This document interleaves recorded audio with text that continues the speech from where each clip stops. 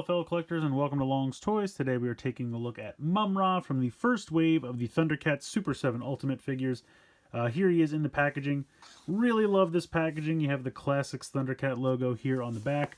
On the front you have this really cool like foil red Mumm-Ra symbol here that when it catches the light just really shines and looks really cool with the intertwining snakes.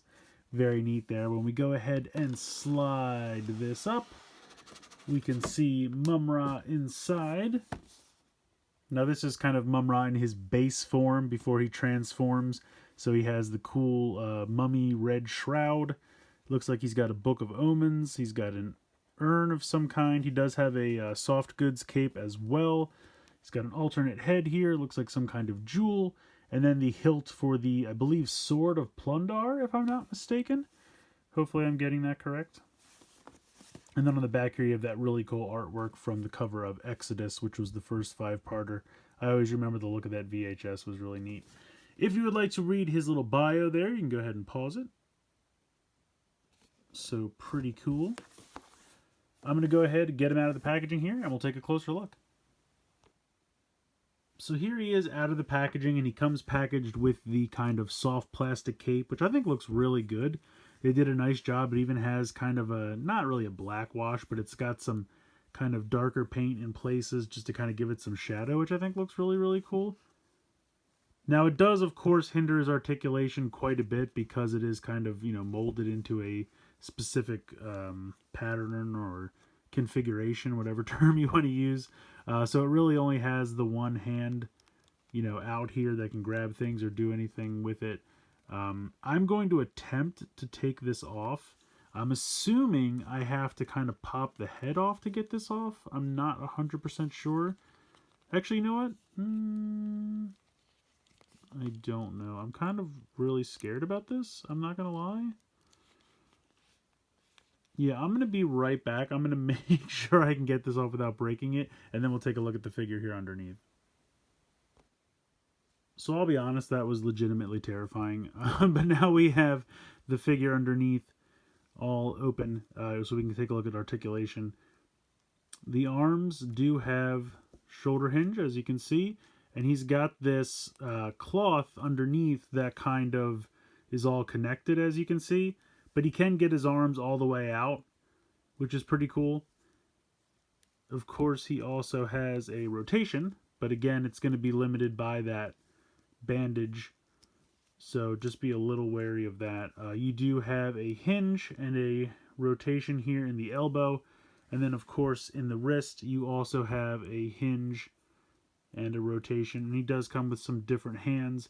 This hand you can see is kind of a gripping hand for some accessories.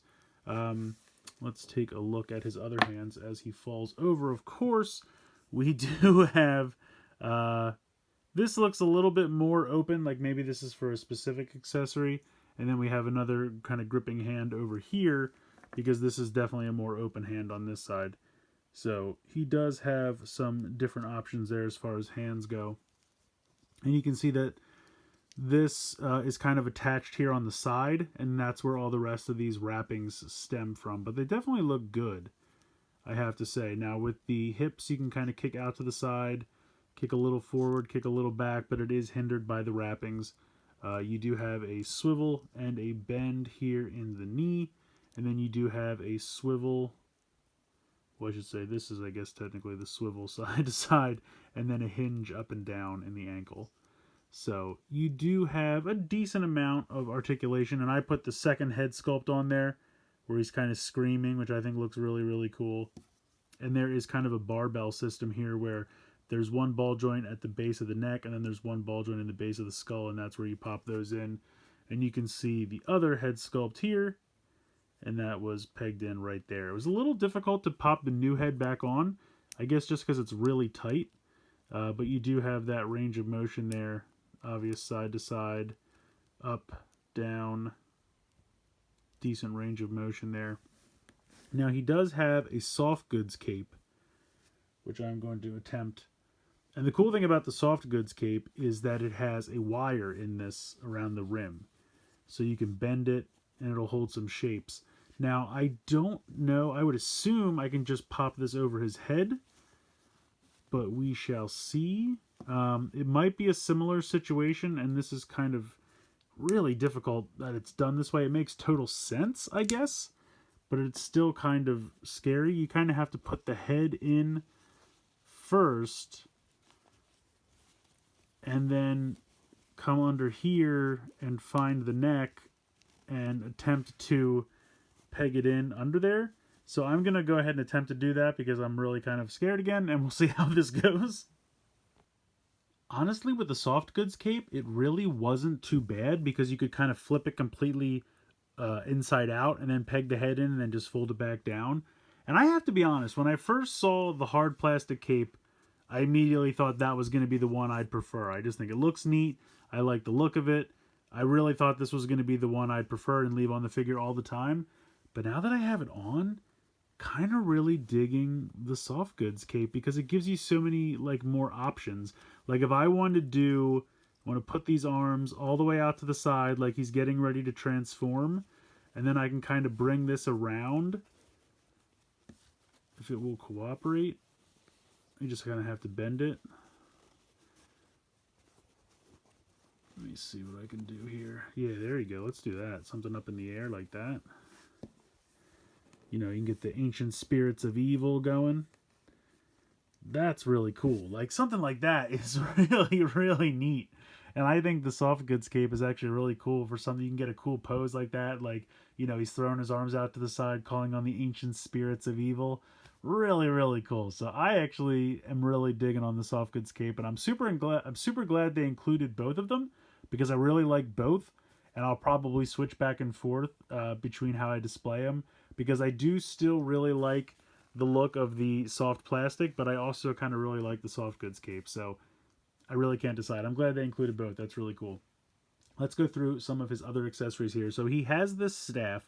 Now, if I remember correctly, and I could be wrong, I really don't remember him using this staff at all in the show. If I'm not mistaken, this is a callback to the original toy. If I remember, the only way you got the mummy form of Mumm-Ra was by buying the like pyramid tomb playset, and that came with a little, you know, Mumm-Ra in the mummy form, and he had this staff.